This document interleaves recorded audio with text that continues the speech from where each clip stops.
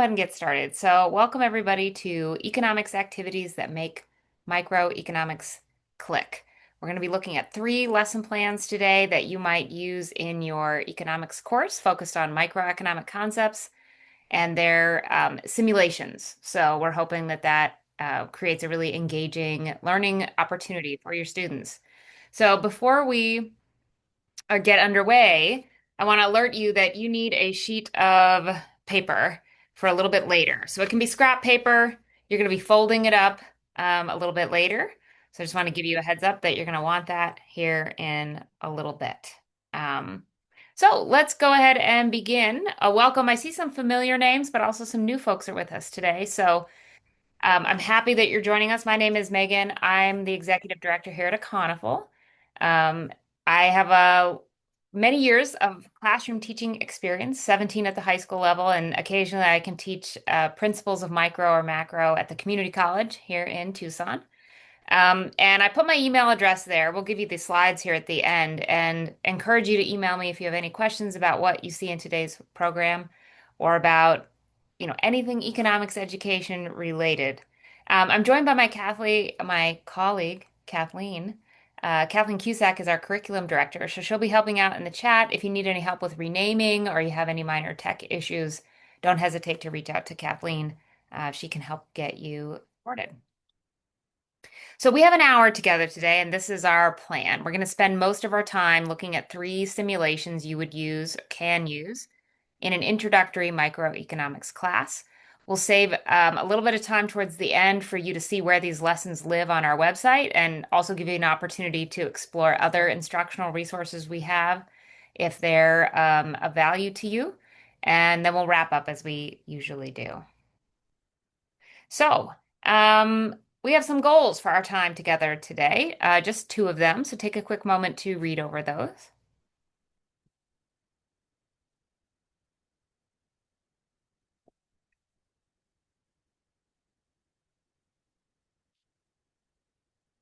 All the exercises we're going to look at today are simulations. So I wanted to carve out just a tiny bit of time to talk about simulations generally, before we dive into the three simulations. And by the end of our time together today, my hope is that you know which of those are a good fit for your classroom and you know how to get to them. So you have all the materials you need to make those happen. Oh, great, William. I'm happy to hear that. So what is a simulation? You probably run some in your classroom. It's a little bit different than a game, but it does overlap somewhat with a game in that it's an interactive experience, sometimes where students are making choices. It's kind of like a model, right? We're taking something that's complicated and sophisticated in the real world, and we've simplified it somewhat so students can have a firsthand experience in the classroom. And it's a form of active learning, which there's a large body of research that suggests that active learning is really beneficial to students in terms of their long-term retention of the knowledge and skills we're trying to share with them. So we're big fans of simulations here at Econifel, and we've included quite a few of them in our curriculum. Um, so a quick question for you all in the chat. Do you use any simulations currently in your economics course? Maybe you're new to teaching econ, so the answer is no, or you haven't found ones you really like. But if you do use a simulation or a number of simulations, you can maybe briefly tell us about one in the chat. Okay, a yard sale activity.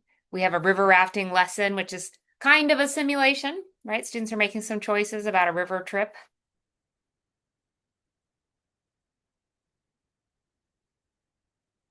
This is a no stakes question.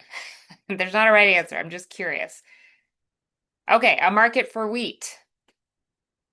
We're going to be talking about a market activity today, so that's perfect. Diminishing marginal product exercise. Okay, a market simulation from Jacob Clifford. Yeah, so you might have used a simulation before. We're just going to look at some ones that we've put together here at Econifel. And some of them, like our coffee market, you're going to see is similar to other economic simulations you can find out there. But I'll walk you through the details of those and to the degree that they're different from similar kinds of exercises, what those differences are. Um, Whether you've used simulations or not, right? If this is newer for you, the research suggests there are some benefits to using simulations and specifically in an introductory economics course. In an economics class, we do ask students to master a number of abstract concepts, and that's a challenge. But if we can create a simulation where students get a little bit of a firsthand experience with the concept, that can make understanding an abstract concept a lot more manageable. We can help build intuition for models, so we can create a foundation for something like, for example, the supply and demand product model that we want students to be able to master. And it because it's a novel experience, because it's active, we can increase student interest and we hope motivation in the course. So lots of reasons to use simulations.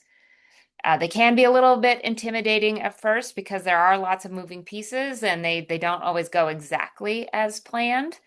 But typically the benefits outweigh the costs, which is why we would strongly encourage you to use them. So we've built some simulations into our curriculum. Here at Econoful, we have developed a one-semester on-level high school economics course that's 80 lessons divided into 5 units of study. Those units are listed here. Today, of course, given the title of our workshop, we are going to be looking at simulations in our second unit of study, which focuses on microeconomics. And these are the 3 lessons that we're going to look at.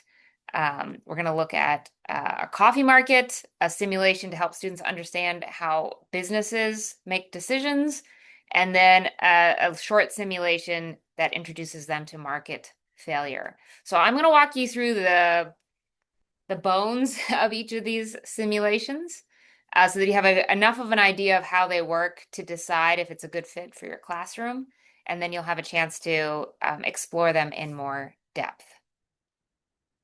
So let's start looking at those simulations now. We're going to move in sequential order there from lesson 1 to 3 to 10 in our second unit of study.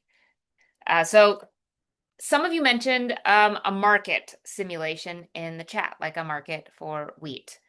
We have built a market simulation called Coffee Market. And it has a lot in common with other market simulations, like the basic setup.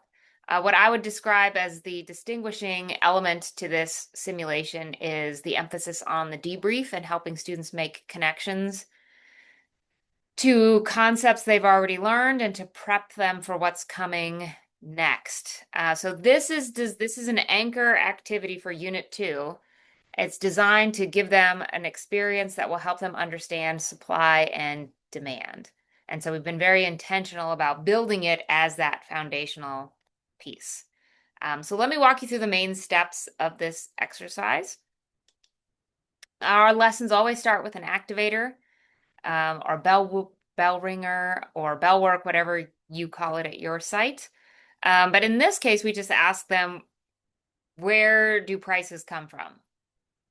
Like, for example, for a pound of coffee. So they explain where they think prices come from, and then they rate their confidence on their response. If you use this lesson, you'll ask students for some of their ideas. You're just collecting ideas. We're not correcting anything. We're not, making any additions to their responses. We're just collecting their ideas. And then we're going to come back to this question and ask students to reflect on their initial response at the end of the lesson. So we're going to have a sort of full circle moment at the end of the lesson. We always show students what the learning objective is. So for the rest of this workshop, almost every slide you're going to see comes from the lesson plans themselves. So all of our lessons have slides to go with them. So this is a slide directly from the lesson where we're telling students this is our goal. The goal here is that at the end of class, you should be able to explain how the price of a good is determined in a competitive market, in this case, a coffee market. So we're going to define the word market for them. Anything that's a key vocabulary word in our materials always looks like this on a slide. with sort of a green box around it and a bolded term. And we tell the students you're going to be participating in a coffee market today. It's the wholesale market for coffee, so you're going to be buying and selling pounds of coffee to help us figure out where prices come from. Early on in the lesson, what we're doing is we're setting up the simulation. It's worth it to spend an extra couple minutes in the setup phase to make sure that the simulation, or at least to make it more likely that the simulation will succeed and that things will go as you want them to, by making sure that students understand their jobs. So we have some slides in the lesson to help set up the simulation. So we're going to start by telling students you're either going to be a buyer or seller of coffee. And students don't know what role they're going to play yet. We haven't given them any cards. We want to keep novel items out of their hands until they absolutely need them. We just say, look, you're either going to be a buyer or a seller of coffee, and this is your goal. And we're going to set some parameters for the simulation. You're going to be trying to negotiate a transaction with someone on the other side of the market. So if you're a buyer, you're going to try to make a deal with a seller. If you're a seller, you're making a deal with a buyer. You're trying to negotiate a price for coffee. Your negotiated price needs to end in a zero. Any other ending to your price is invalid in the simulation. You'll see that this is important for record keeping. And we show students a sample buyer card and seller card. Now, on the slide here, the price on the highest price the buyer is willing to pay and the lowest price the seller is willing to accept is the same on these cards. But in the lesson, there are lots of different prices on these cards. So we're prepping students for their role. We're going to give them a handout that they're going to use to track their participation in the simulation. And we're going to try to be really clear to them which parts of the handout they're working on when. So when the market is open, when they're negotiating with each other to try to buy or sell a pound of coffee, we've shown them on the handout, you're going to be working in that green area. You're not doing anything else. We'll do calculations later. And so this is the process. They're going to get a card. They're going to record the price on that card on their paper. They're going to see if they can make a deal with somebody else. So if they're a seller and it says, it cost you $1.90 a pound to produce this coffee, they're trying to find someone who will buy the coffee for more than $1.90 a pound. If they make a deal with somebody, they're going to record the negotiated price on their handout. And then both people in that transaction are going to exchange their card for a new one. And sellers only, are going to report the price to you, the teacher, so that you can keep track of the prices that are emerging in the market. And then they're going to try to make another transaction. All right, so again, we're setting them up for this. The whole goal of this simulation is for students to see that both buyers and sellers influence prices. That's ultimately where we're headed. Before we set them loose with their buyer card or seller card, we pause again and say, tell one of your classmates what your job is. Are you a buyer or seller? What is your goal? What steps are you going to carry out during the simulation? And there often lingering confusion is caught here, right? When they're asked to verbalize to somebody else what they're supposed to be doing, they sometimes realize there's a part they don't know and they missed. So we can catch any last confusions here. And then we're going to open the market. So we're going to tell the students, you're going to engage in some negotiation now. So we say the market is open. They have 4 minutes to make as many transactions as they can. And we leave this slide up on the screen so that they can have a little reminder of what am I supposed to be doing, where on the handout am I supposed to be writing, and so on, right? So 4 minutes to make deals with each other. So here's some teachers in Little Rock, Arkansas, doing this simulation from a few weeks ago. You see the teachers are holding cards, so either a pink card or a blue card. It's a good idea to make seller cards and buyer cards on different colors of paper or cardstock so it's easy for students to see like who they need to talk to. So they're trying to make a deal. In this case, the teachers had clipboards that they could have the handout on and record price information, which was really helpful. Once the 4 minutes has ended, you tell the students the market is closed. I always had like a little bell next to my computer that I could use to signal like, okay, we're moving on to something new. And then they're going to do their calculations and determine whether they gained or lost through their transactions. And we're also going to show them some data from round one. That's what you're recording during the market. They're telling you the prices they agreed to. So here's an example of what that might look like. We have a this tracking sheet in the slides so that you can do this. And we tell students, hey, take a look at this. This might give you some useful information before we go into round two. We then complete round two. So they do this again. And in round two, students will make more transactions because they've figured out how things work. And some of them, if I go back here, will use the information from round one, not just their own experience, but what they saw compiled from the group's experience in their negotiations. They kind of know what's a too low price, what's a too high price. So again, we're showing them you're working now in the round two section. You're not doing any calculations. We're going to do that afterwards. At the end of round two, they calculate again.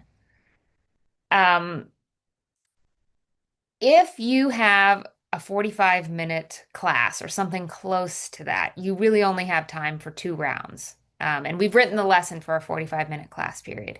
If you have closer to an hour, you do have time for a third round. You don't have to do a third round for the simulation to work. What's really important in this lesson is that you save at least 22 minutes for the debrief because that's where the essential learning happens. That's when they get a time to analyze their experience so that it's useful to them going forward. So if you do, three rounds, your tracking sheet might look something like this, but I'm just indicating that in every round you're going to track price data. And this will be part of the debrief, students observing what's happening to the price as they get more experience and more information. So when you've completed however many rounds you're going to complete, whether that's two or three, students determine their total. Did they gain or did they lose? So anytime a seller can sell their coffee for more than what it cost them to produce, that's a gain for them. Anytime a buyer can buy coffee for less than their maximum price, that's a gain for them. And almost every student, I mean, I've done this plenty of times where every single student has a gain at the end. They may have had a loss on a transaction, but it's not uncommon for every student basically to come out ahead. If you'd like, you can celebrate the student who had the largest gain with a round of applause or a prize if you want to do that. I found students are sufficiently motivated just by the novelty of the exercise to try. It's often the student who made the most transaction who turns out to be the one with the largest gain. But what's really important in this lesson is the debrief, which is where we ask them to think about what just happened and what you observed and what you experienced. And let's try to make sense of that, given what they've already learned in the class. So, some basic economic concepts and prepping them for what's to come. So, in this lesson, students will get 7 debrief questions to discuss with a classmate. They have some space to jot down some notes, and then you're going to do the debrief as a class. So we have slides built into the lesson for the debrief. I'm going to show you just a couple of those slides now. So to prep them to learn for the law of demand lessons, which are coming, we ask them about buyer behavior. What happened to buyers' willingness to purchase coffee as the price increased? What about as it decreased? And we have additional information you can pull up on the slide as necessary to clarify student responses or better use the language of economics in clarifying those responses. We do the same thing for sellers because they're going to be learning about the law of supply soon. And and in many ways, this is the most important question of the debrief. Did buyers or sellers control the price? And the class should ultimately arrive at the understanding that neither buyers nor sellers had full control over the price. It was something that emerged to get, through their transactions with each other. And that's the key idea we want them to take away so that when we move into the market and look at supply and demand, we can see that it's the interaction of supply and demand that determines the price. Many students new to economics assume that sellers have total control over the price without thinking about the influence and behavior of buyers. So this lesson is followed by a sequence of lessons focused on supply and demand. But this exercise is one that students typically remember at the end of the course and even talk about when they are no longer in your course.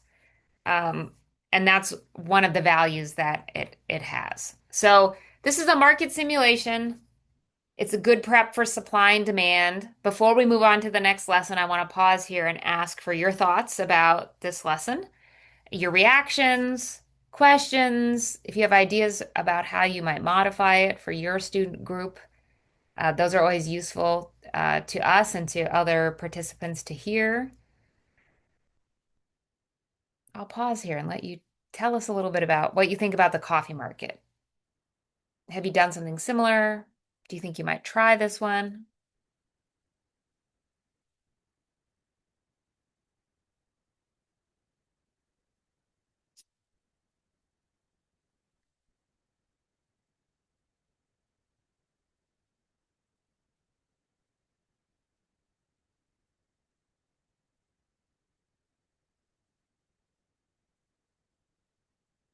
Oh, that's great news, Beth.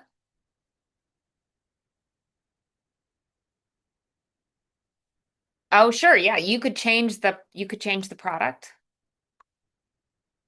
The reason we use coffee, so typically these market lessons use a commodity like wheat or corn or silver, because we're trying to simulate perfect competition, which is largely not true in the real world, but the markets that come close to perfect competition are commodity markets. So you might just have a disclaimer later. If you use a branded product, right, that's not perfect competition. That's probably monopolistic competition. So just some background on why we use coffee or kind of a fairly generic product for this.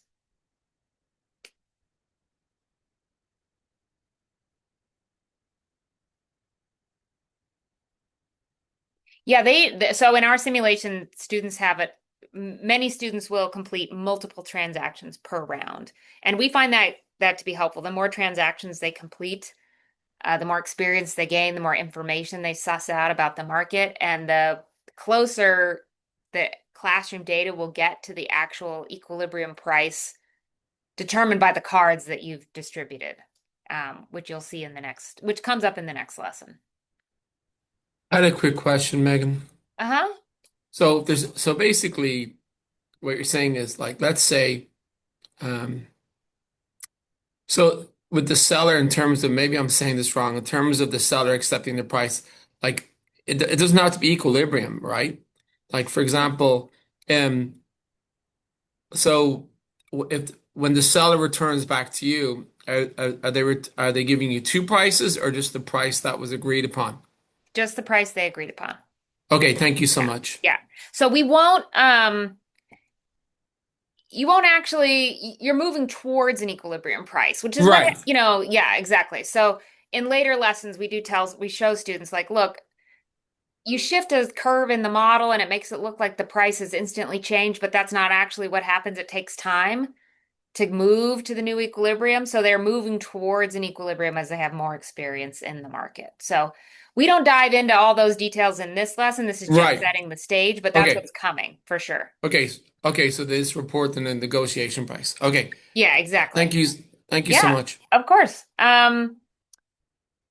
Yes, thanks, Jessica. That is true. If you have the time, 3 rounds get you closer to equilibrium. It's just we don't want you to squeeze in 3 rounds if it means the debrief gets cut short, because we think that will sell the lesson short. So our next, so we do the coffee in our curriculum at least. The coffee market happens. Then students have a lesson on the law of demand.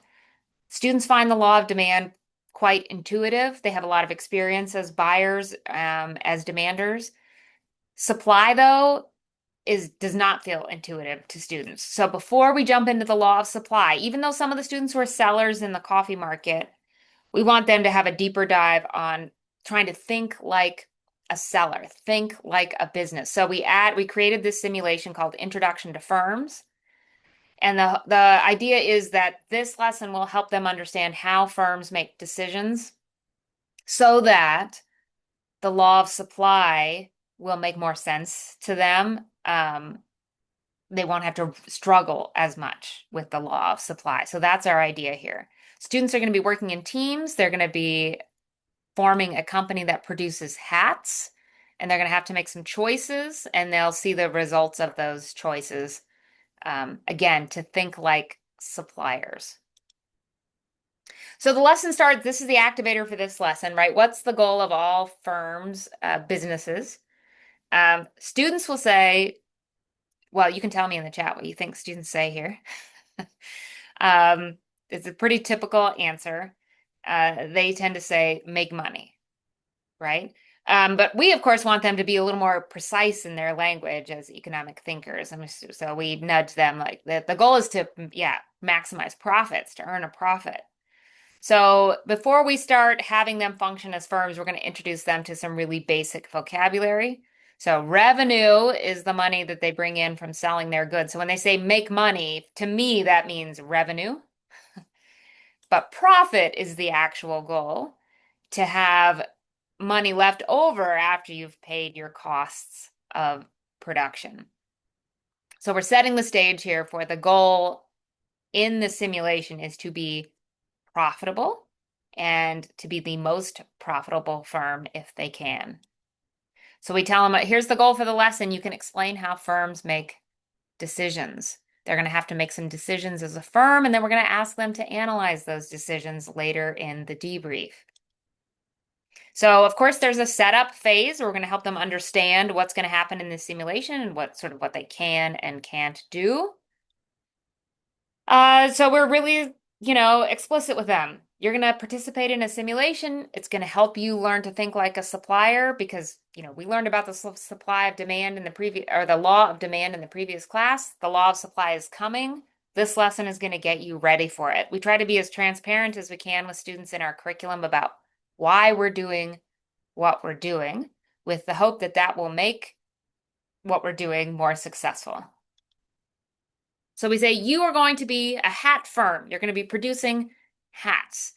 You can make standard hats or jaunty hats, right? You're going to pick one.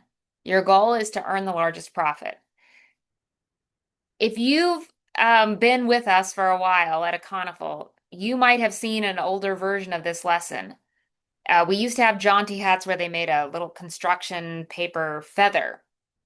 We changed this lesson after seeing it run several times in high school classrooms because um, it wasn't quite doing what we wanted it to do, which is to help them understand how firms make choices, in part because the way we were having them make the jaunty hats was a little bit complicated. They needed multiple additional resources to make the jaunty hat, and it made the cost benefit analysis decision more complicated than it made it complicated enough that it wasn't really clear to students how to decide what to do.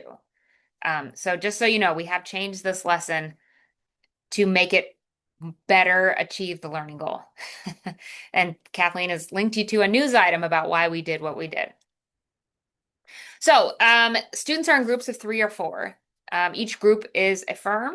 We're going to give every firm an instruction sheet, which gives them the details they need. Your goal is to make a profit. You're going to produce hats. You can produce standard hats or jaunty hats. Jaunty hats just have they need use a marker to make a colorful border along the edges of both sides of the hat. And we give them instructions about how to make a hat. So sort of some origami-like instructions. You're going to make a hat here in a minute, which is what you need that paper for. We use these call out boxes just to stress a few things they need to know. Your hats need to be good quality.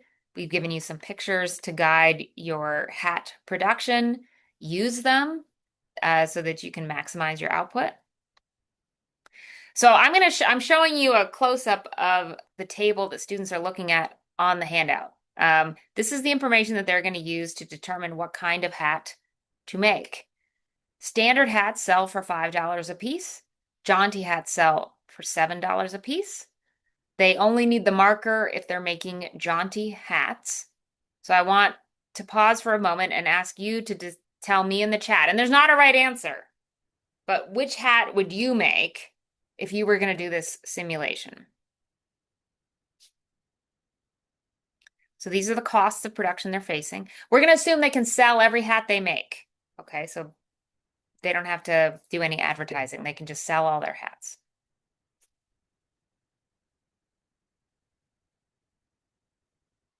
Okay, I'm seeing a mix, which is nice. And that should be the case with students too. And there are reasonable explanations for why you would choose one or the other. But the important thing is that students are doing some cost benefit analysis, right? They're looking at these costs. They know that the benefit of selling the hat, thinking about the production process, and maybe even the amount of time it's going to take to produce the different kinds of hats. And they're trying to make a choice that will make them profitable by thinking about costs and benefits. So they make a choice using that data. And so we have them commit to that decision at the outset. And then they're going to have some time to produce hats. Before they produce hats, we want to remind them of a couple things, right? So we even tell them, don't start yet. First, take everything off your desk except for the instructions we gave you. You're going to need that and the supplies you're going to purchase from the teacher. You're going to give every firm 10 pieces of paper to start with. So you do need a pretty large supply of scrap paper for this lesson. In my experience, the copy room at school often has a lot of accidents, a lot of mistaken prints that you can use for this. So you don't need to use, virgin paper for this, use scrap. On average, when I've done this with community college students and they're making standard hats, the average group made between 20 and 25 hats. A really motivated group can produce more, but bear that in mind. Jaunty hats take longer to produce because they have to use that marker to make a nice border along all of it. And then they can get more paper during the simulation. If they're producing jaunty hats, they also need a marker, right? So we tell them you can buy more paper at any time, but you're going to have 8 minutes to produce hats. Now, this is designed for a 45-minute class, and so that's why it's 8 minutes of production. So we have time for everything. If you have a longer class, you could make the production time, let's say 10 minutes or 12 minutes. Just know you're going to need more, paper if you expand the production time. And so then we tell them to start. We start a timer. They have 8 minutes to produce. So here's a photograph of some students in a Georgia classroom shared with us from a teacher in our audience producing standard hats. And so you're going to produce a hat now just so you get a taste of the experience. So you need your piece of scrap paper. And I'm going to show you this very short video that shows a standard hat being made. Students don't see the video. They have instructions on their paper. But for us, I thought this was easiest. I'm going to give you a head start and tell you that the first thing you're going to want to do is fold your sheet of paper hot dog style. Okay, so you're going to fold it vertically like this. And then you're going to fold it hamburger style. So you need to fold it Hot dog first, hamburger second, if that's familiar terminology for you, like this and then like this. Okay. So if you have your piece of paper handy, go ahead and make the hat. I'm going to show you the video. In fact, maybe I'll show it to you twice because it's so short. And let's see if you can make a hat.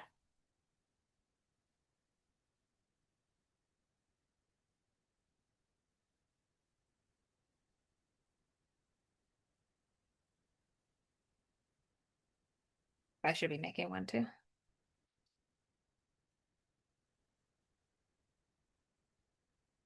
Okay, I'm going to show it one more time.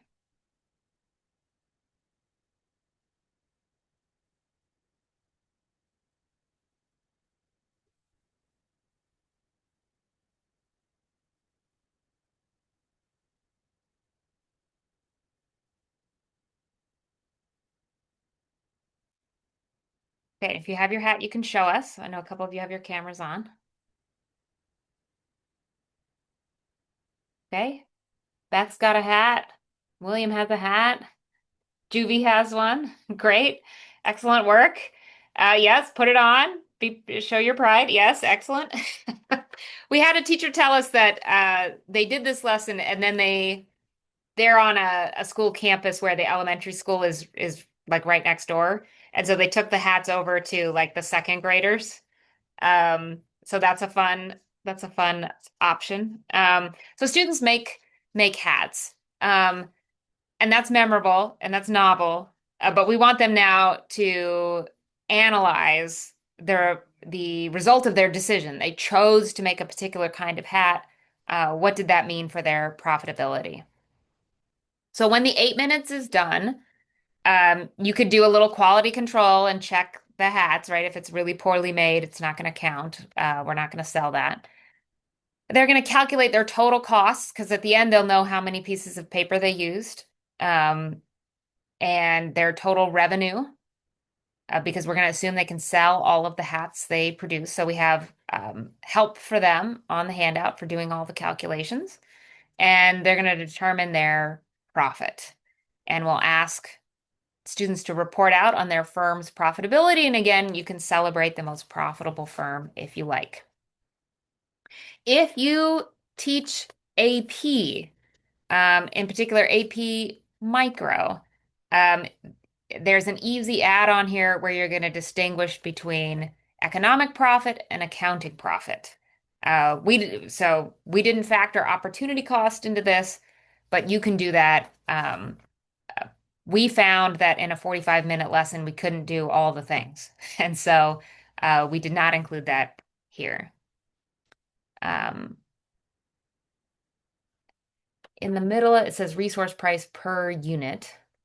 Oh, so per unit of that resource. So there's one factory, which is their desks. We're going to call that $4. Labor is how many people's in their group. So if they have three people in their group, the quantity is three. So three times three. If it's four people, then they're going to have 4 units of labor and the number of paper. Yeah, so it's not the number of hats, it's per unit of resource. So that's calculating their total costs. At the bottom, they calculate their revenue by multiplying the selling price of the hat times the number of hats they produced. So the debrief is, again, the most important part of the lesson. This is where we're going to help them connect the dots and prep them to use this experience to support future learning. So we give them a series of debrief prompts for them to discuss with their firm and jot some notes down, and kind of think this through before we debrief as a class. And then we built debriefing slides into the lesson.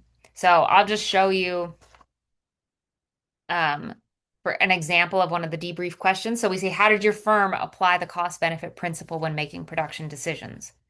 So in our curriculum, students have already learned about the cost benefit principle, cost benefit analysis. We're asking them to bring that forward into this lesson.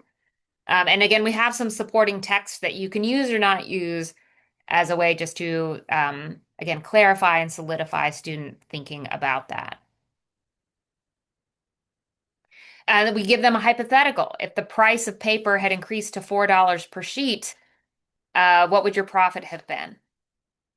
How might your decision making as a firm have changed? We included this in particular because the most common shifter of supply is a change in input costs, a change in resource costs. So we're prepping them to think about, well, if I'm a business and I have to pay more for my supplies now, what does that do to my profit? How might that change my behavior so that we're setting them up to understand the law of supply, right? They might even go out of business. So that is the short version of Introduction to Firms, our second simulation for today. So I want to pause here for a moment. The next simulation is a shorter one.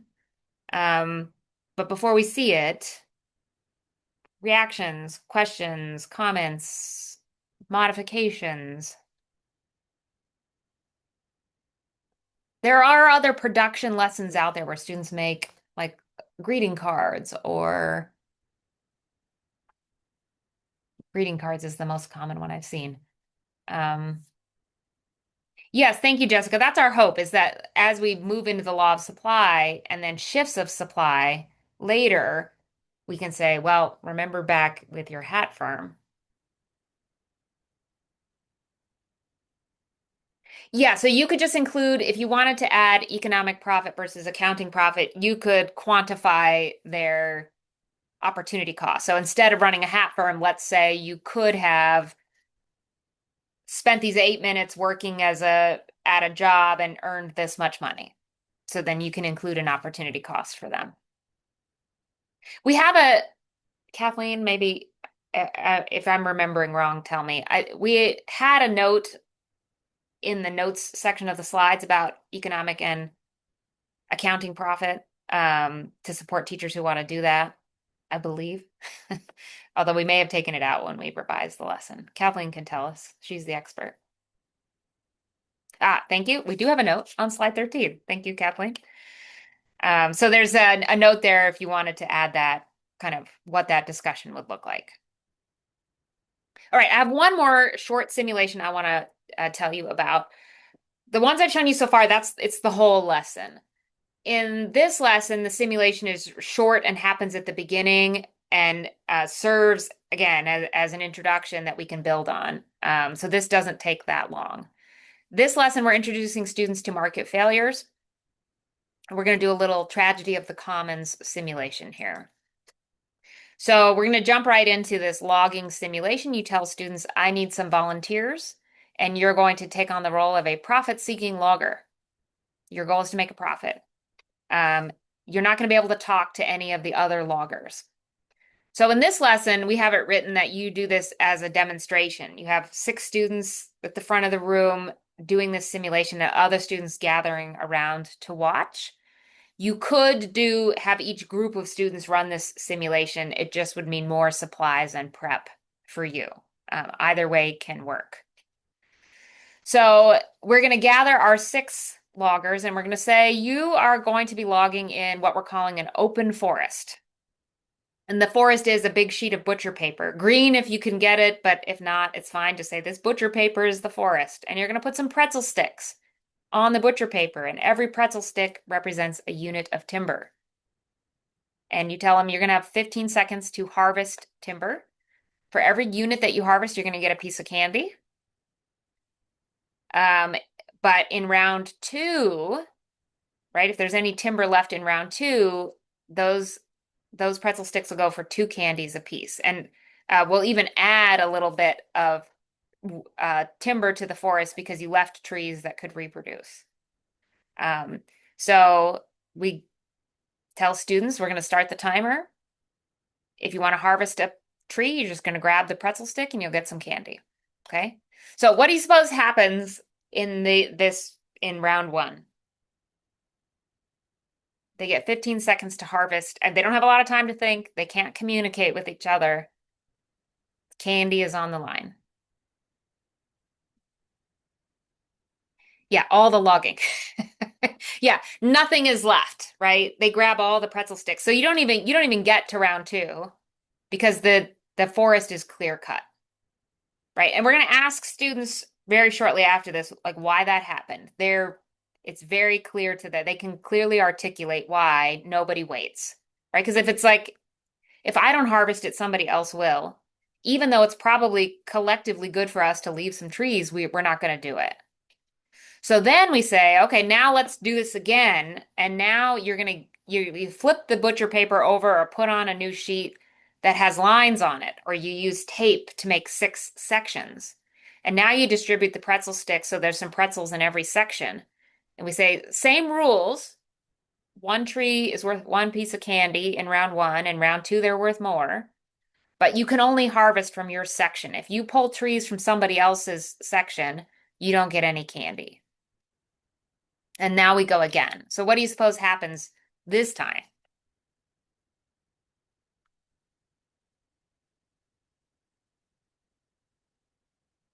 Some of them will clear cut their areas, but they won't all do it. Most of the time, students will leave at least some timber because it's theirs. And remember, if they leave some timber, a little bit more will get added because they let the trees reproduce and they have that incentive of a larger profit. So just adding property rights changes the incentives, changes their behavior. So here's a picture of some students at a high school. Kathleen and I were able to go into a high school and do this lesson with some students. This is them on the sectioned forest part of the exercise. So just to help you imagine what it might look like in your classroom. And then the debrief here is short but important, right? So what happened in the open forest and why? And we have details in the notes section of the supplied with of the slides with suggested answers. And then what happened in the sectioned forest. Yeah, and Kathleen's making a point that this simulation is short. Normally, I wouldn't say do a simulation where only a handful of kids are doing something, but it's quite short. And then we ask the observers to tell us why the things happened.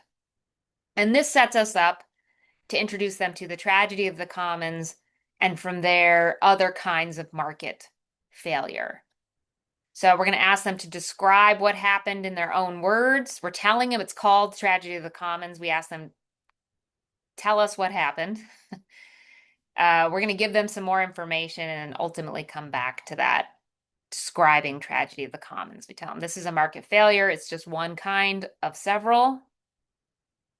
We show them a short video about Tragedy of the Commons. And then we're going to introduce them to some vocabulary that helps them determine when a tragedy of the commons is likely to occur. And this also sets us up to teach them about public goods in the very next lesson. So I know the simulation is just part of the lesson, but before we explore the website briefly, thoughts about the logging simulation. There are other tragedy of the commons simulations out there, like fishing, where there's overfishing, where you use like something like this, but with goldfish crackers, or you use like little magnetic uh, fishing, like fishing wands and little metal bells as fish. Oh, I mean, Andrea, I wasn't supposed to give candy in my classroom, but I did it anyway. You could give away like coupons for certain privileges, whatever those are. It could be a bonus point. It could be, they could, I don't know. You can decide, you know what best might incentivize your students. It could be stickers. I don't know.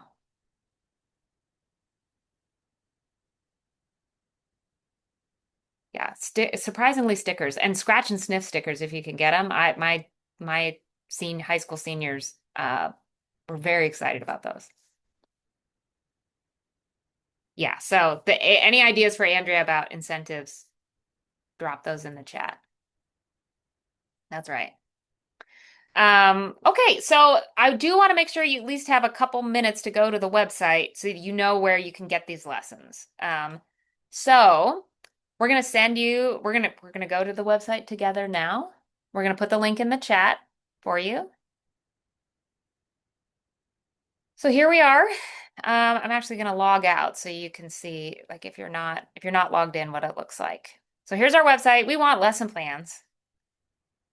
And today's lesson plans came from Unit 2. If you want to explore another unit, go for it. I'm going to show you Unit 2.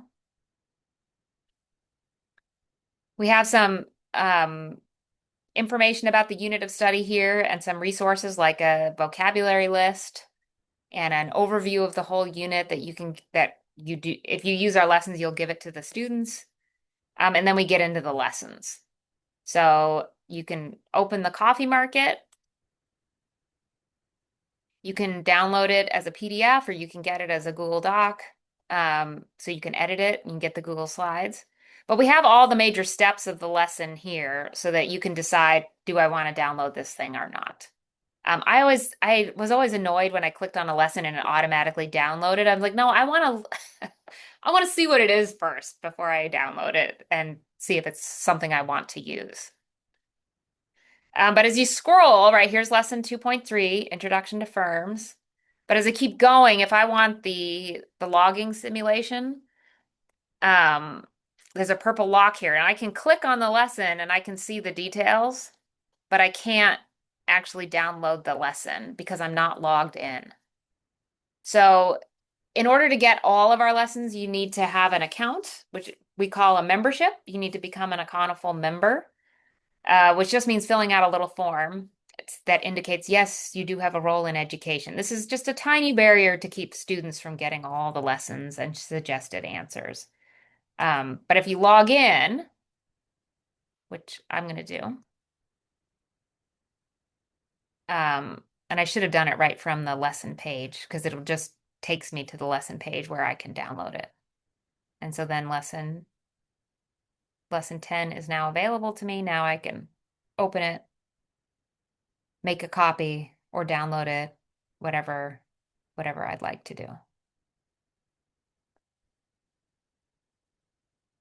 And Kathleen put the link to becoming a member. If you're not a member yet, you don't have an account yet, but you want to access all the lessons, you can fill out that form. Uh, yes, you can download the whole unit. So let me show you where that is.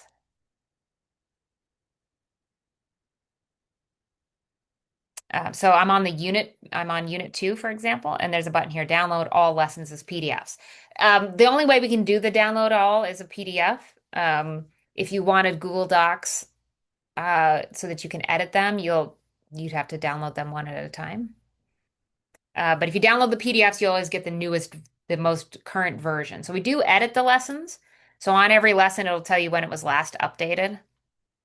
So for example, if we go to lesson 2.3, this was updated this summer. Um, so if you're using a lesson like this fall that you used, last spring, you might want to check to see if it's been updated. If it's a big change in a lesson, we usually have a news item about it. It's in our newsletter. But you can just check in case you missed it.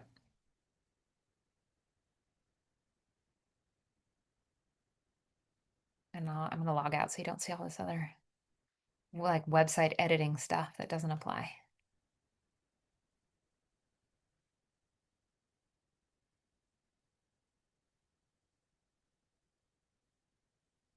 But if you're new to us, we have a personal finance unit as well. Again, there's 80 lessons here and then some additional instructional resources on the website on the resource finder page. Some lessons, some games, state standard alignment guides, etc. So I'll put the link to this in the chat too.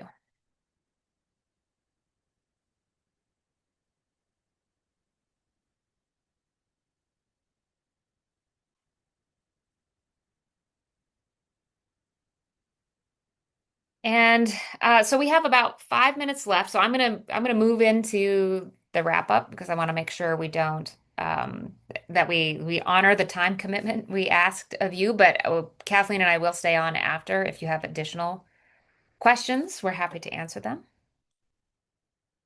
So as we wrap up, I wanted to show you again, these were the goals we set out with. So I hope you are leaving today's session with some idea of the benefits that simulations can bring to your classroom and a sense of the simulations you saw today, which of those might be the best fit for your classroom.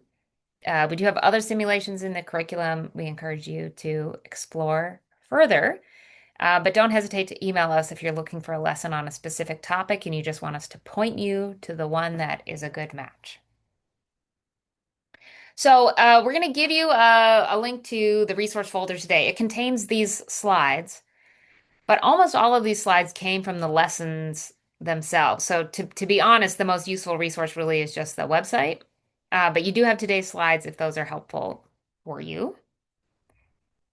We'd love for you to connect with us in all the ways. So thank you for joining us at today's program. We also have social media feeds and a YouTube channel. Um, and of course, we have lots of lesson plans on our website. So this QR code will just take you to our link tree so that you can access all the things that we have. And we'd love you to join us there. So again, thank you for joining us at today's program. Kathleen and I will stick around to answer questions you might have. We hope to see you at a future program, and we hope your school year gets off to a great start.